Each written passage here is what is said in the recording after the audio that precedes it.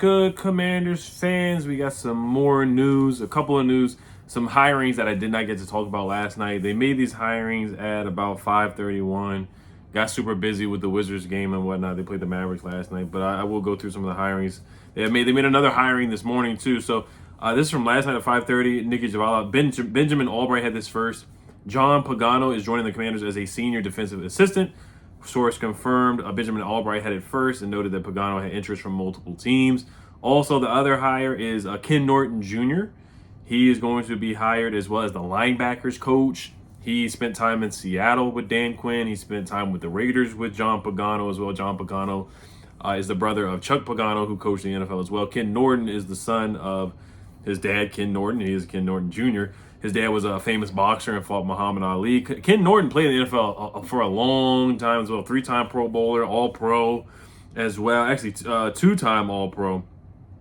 And had multiple seasons with 100. He had one season with 159 tackles, one season with 127 tackles, one season with 115 tackles. But we'll go one by one. I guess I'll go with Ken Norton first, and then we'll talk about David Raih last. David Raih was hired as the tight ends coach. He coached with Cliff Kingsbury with the Cardinals when they had DeAndre Hopkins and Larry Fitzgerald as well. So I guess we'll start with Ken Norton Jr. first. We'll look at his resume. I think this is a good hire. You look at his time as a defensive coordinator with the Seahawks. It didn't go too well. He got fired from the Seahawks, fired from the Raiders. He actually coached with Jack Del Rio as well. So there's no connection currently right now, but with the previous team, he coached with Jack Del Rio when Jack Del Rio was the head coach of the Raiders. Now, Ken Norton Jr., like I said, heck of a linebacker, heck of a player. Coached KJ Wright, Bobby Wagner, all those guys at Seattle. So he's a decorated resume as a linebackers coach at USC. He was like a linebacker factory come out of USC. I'll look up some of the names that he did coach at USC. All those guys went to the NFL, like Brian Cushing. He coached him. He went to the NFL. I already said KJ Wright, Bobby Wagner, multiple guys that were really good at the linebacker position. He coached Khalil Mack at the Raiders as well. All-Pro, perennial Pro Bowler Khalil Mack, still dominating in today's NFL as well. Khalil Mack. So he as a linebackers coach, I think he's a great linebackers coach. As a defensive coordinator, questionable, but we're not hiring him as a defensive coordinator. You look at some of his numbers as a defensive coordinator with the Seahawks. When he was hired in 2018, they let him go about like 2020, 2021. They were 17th in takeaways, 25th in opposing passing yards allowed, but they were 12th best in rushing defense. So with Seahawks, their rushing defense was really good, and that's kind of what we're looking for from him with our linebacking core, for those guys to stop the run for sure. Can he get the best out of Jamin Davis? Can he get the best out of Jabril Cox or Khalid Hudson or whoever we bring in or sign in free agency or draft? Can he get the best out of those guys? And I think Ken Norton Jr. is that guy. Everybody keeps saying Ken Norton Jr. looks like he can still play and run around and make tackles out there too. So we'll see what happens with Ken Norton Jr. Ken Norton Jr. last year was with UCLA.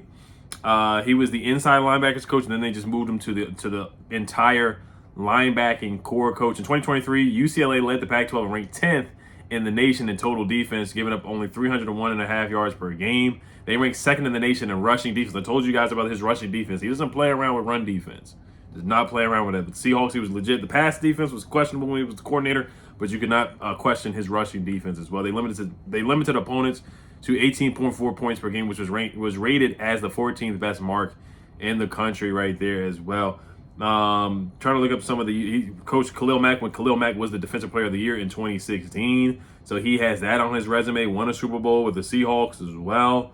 And he coached pass rush specialist Bruce Irvin as well. Some of the linebackers he coached with USC was Brian Cushing, Ray Malaga, and Kaluka Maiva as well. So those were three of the notable linebackers that he coached there. They were 9th in the nation in rushing defense in 2006, 11th in scoring defense, and 20th in total defense in 2006. So like I said, you see that just going with his rush defense, he really gets those guys pinning their ear backs and stopping the rush for sure. He did coach Clay Matthews as well, who was a really good linebacker in the NFL. So I could go on and on about Ken Norton because he's been involved in the NFL forever. So we'll move on to Chuck Pagano here. I'm sorry, not Chuck Pagano, but John Pagano. He was just recently with UConn. He was the outside linebackers coach with the Denver Broncos in 2020 and 21. Then he served as the senior defensive assistant and outside linebacker coach for the Texans during 2018 and 19. He was with the Chargers as the defensive coordinator from 2012 to 2016 and the Raiders assistant head coach.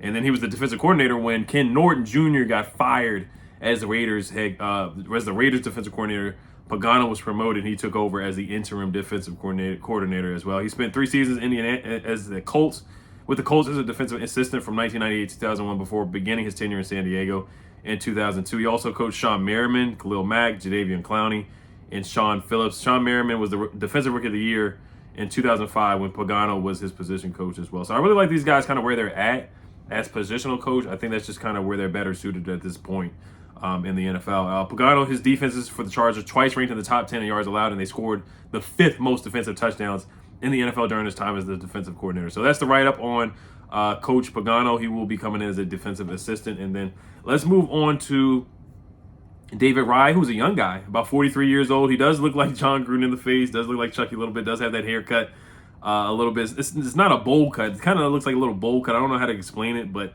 looks like a young, innovative guy. Senior offensive analyst last year with the Buccaneers. You saw the Buccaneers had a good year with Baker Mayfield, Mike Evans, Chris Godwin. What's the running back's name? Rashad White. The tight ends weren't bad. Cade Otton had a good season as well for the Buccaneers. So they had a couple. They had a good offense. They had a darn good offense last year. And Baker Mayfield had a career renaissance or resurgence. You saw what they did to the Eagles in the playoffs. They put up 32 points against the Philadelphia Eagles. And other guys stepped up. It was some other guys like 3rd, 4th receivers that stepped up. So he has a good resume here. Coach Larry Fitzgerald, Coach DeAndre Hopkins. Fitzgerald played the final 2 seasons of his career under Raih's direction, breaking an NFL record for the most consecutive seasons with 50 or more receptions. Also, DeAndre Hopkins earned first team All-Pro and Pro Bowl honors under Coach Raih as well. He ranked 2nd in the NFL in receptions, 115, 3rd in receiving yards with 1,400, and then 2nd in receiving first downs with 75, and 5th in yards after the catch. Raih also in 2018 coached the Green Bay Packers, was on the Packers staff. He helped guide Devontae Adams to his first 100 catch season and 1,000-yard receiving. During that same year, Adams ranked 6th in receptions and 7th in receiving yards as well. So was an intern with the quarterback at UCLA before accepting roles at his alma mater in 2010 and 2012 and Texas Tech in 2013 as well. So maybe there's some overlapping there with him and Cliff Kingsbury at Texas Tech as well. So that could be some more familiarity as well. He did go to Vanderbilt, and he was the wide receivers coach with the Cardinals in 5 seasons. So yeah, prior to Vanderbilt. So he went to Vanderbilt the year in 2021. He served as an offensive coordinator. But I did find an article that he was demoted before the season started at Vanderbilt, which is very odd to say. He was hired to be the offensive coordinator for Vanderbilt, and then before the season, that head coach of Vanderbilt demoted him to the wide receivers coach position. So that is odd. Is that a bad thing that he was demoted right before the season started? Is there something that the coaches did not like, or that the head coach did not like before the season started, and they demoted him to wide receivers coach? So that is somewhat of a red flag to me. Why would they demote him before the season started? So I'm looking at the article. It says before Vanderbilt even took the field for the first game of Clark Leah's tenure as head coach, the Commodores had already changed offensive coordinators. Leah confirmed Tuesday that David Raih is no longer calling Vanderbilt's plays, and the quarterback's coach / pass game coordinator, Joey Lynch, took over roughly 1 week as fall camp. So was David Raih in over his head? I mean, it's not too much to worry about because we're getting him here as the tight ends coach. So it's not like we're hiring him to call plays. So it's something not to really worry. If we were hiring as the offensive coordinator, then something be like, okay, that's a red flag to me. It's very questionable. Like I said, I want to be objective about all these hires. OG Bobby Johnson that we hired yesterday, not the biggest fan of the hire. So I'm not going to be like, oh, every hire is a good hire. You know, we got to be real and honest and objective about these hires, like I said. So nothing's been done yet on the field. So all I can just say is just, look at what they've done other places and just ask questions. And if they, they have a great resume, it's like, okay, yeah, this is a heck of a hire. So also said, the coach said in the interview, said we about a week into fall camp just made the decision, looking kind of big picture, that we were going to lean on Joey Lynch's experience in that role as a play caller. It has always been a collaborative effort in planning and the design of the plan, and certainly Coach Raih's fingerprints are all over that still, and they work together along with run game coordinator Novell McKenzie and then the rest of the offensive staff as well. But he said, but really more of a lean to Joey's experience in doing that, and also wanted for David to be able to focus attention on that receiver group that we think can be featured in our offense. So that's the only question marks that I have really for David Raih. But like I said, he's going to be brought in as the tight end coach. I want to say that that was brought in, the first person to report that might have been Benjamin Albright again, if I'm not mistaken. I'm sorry, that was Adam Schefter. Adam Schefter put that news out, and he also said that he's going to be their tight ends coach, reuniting him with Cliff Kingsbury, whom he worked with in Arizona. So they worked well together. And also David Raih was dismissed by Cliff Kingsbury in 2020 as well. So yeah, Raih came to Vanderbilt after having served as the Arizona Cardinals wide receivers coach for the 2019 and 2020 NFL season under coach Cliff Kingsbury, who dismissed Raih from his staff at the conclusion of the 2020 campaign. So why did he dismiss him before that? And the 2021 season is when the Cardinals made the playoffs. So it's like they dismissed him right before they made the playoffs, but he's bringing him back, and clearly Cliff wants him back. So there's really no bad blood or animosity. Maybe he dismissed him. Maybe he dismissed David Raih because he knew he was going to get the offense coordinator job at Vanderbilt, and just moved on from there. So, like I said, I'm not going to harp too much on that, but, you know, I think David Raih did some good things. Like I said, Coach Larry Fitzgerald, DeAndre Hopkins, Devontae Adams.